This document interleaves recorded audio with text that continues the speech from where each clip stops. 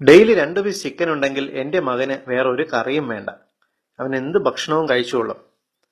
പലപ്പോഴും അമ്മമാർ ഇങ്ങനെ അഭിമാനത്തോടെ പറയുന്നത് കേട്ടിട്ടുണ്ട്. എന്നാൽ അറിയുക, ബ്രോയിലർ കോഴി ഇറച്ചിയിൽ അമിതമായി കലരുന്ന ആഴ്സനിക് എന്ന രാസവസ്തു ക്യാൻസർ പോലുള്ള മാരക രോഗങ്ങൾ ഉണ്ടാക്കുകയും ബുദ്ധിമാന്ദ്യം സൃഷ്ടിക്കുകയും ചെയ്യും. ജനിതകമാറ്റം വരുത്തിയ പച്ചക്കറികൾ കഴിച്ചാൽ വന്ധ്യത പോലുള്ള മാരക രോഗങ്ങൾ ഉണ്ടാകുമെന്ന് ഭയപ്പെടുന്നവർ അറിയുന്നുണ്ടോ? നമ്മുടെ നാട്ടിൽ കഴിഞ്ഞ 35 വർഷമായി കിട്ടുന്ന ബ്രോയിലർ ചിക്കൻ ജനിതകമാറ്റം ഉണ്ടാക്കി വിപണിയിൽ ഇറക്കിയ ഒരു വിഭവമാണെന്ന്.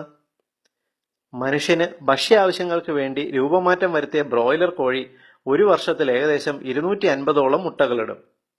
സാധാരണ കോഴികൾ ഒരു വർഷം പരമാവധി 50 മുട്ടകളിടുകയും 16 ആഴ്ചകൾ കൊണ്ട് 1 മുതൽ 1.5 കിലോ തൂക്കം വയ്ക്കുകയും ചെയ്യുമ്പോഴാണ് ബ്രോയിലർ കോഴികൾ 4 ആഴ്ചയിൽ 2 മുതൽ 3 കിലോഗ്രാം വരെ തൂക്കം വയ്ക്കുന്നത്. ഇവയ്ക്ക് ഓടുവാനോ നടക്കുവാനോ ഉള്ള കഴിവില്ല. ആഴ്സനിക് എന്ന രാസവസ്തുവും അമോക്സിസിലിൻ ടെട്രാസൈക്ലിൻ എന്ന ആന്റിബയോട്ടിക്കുകളും ചേർത്ത് കോഴിത്തീറ്റയിൽ നൽകുമ്പോൾ കോഴിയുടെ മസിലുകളിൽ കൂടുതൽ രക്തക്കുഴലുകൾ ഉണ്ടാകുന്നു. കോഴിയുടെ മസിലുകൾക്ക് മാംസളതയുണ്ടാകുന്നു. കോഴിയുടെ നെഞ്ച്, വയർ, കാലുകൾ എന്നീ ഭാഗങ്ങളിലെ മാംസത്തിന് വലിപ്പം വയ്ക്കുന്നു. നെഞ്ചിലെ മാംസം വലിപ്പം വയ്ക്കുന്നത് കൊണ്ടാണ് ബ്രോയിലർ കോഴികൾ നടക്കാതെ എപ്പോഴും ഒരിടത്ത് ഇരിക്കുന്നത്. 35 ദിവസമാകുമ്പോൾ ഈ കോഴികളുടെ വളർച്ച പൂർത്തിയാകും. സാധാരണ 25 മുതൽ 35 ദിവസത്തിൽ ഇവയെ മാംസത്തിന് വേണ്ടി കൊല്ലുകയാണ് പതിവ്.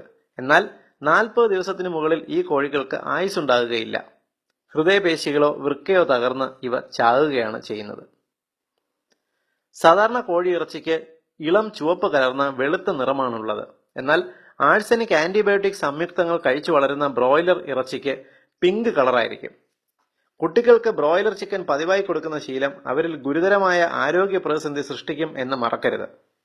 പൊതുസമൂഹത്തിന് ഏറ്റവും ഉപകാരപ്രദമായ ഹെൽത്ത് ഇൻഫർമേഷൻ നിങ്ങൾക്കായി അവതരിപ്പിച്ചത് ethnichealthcode.com.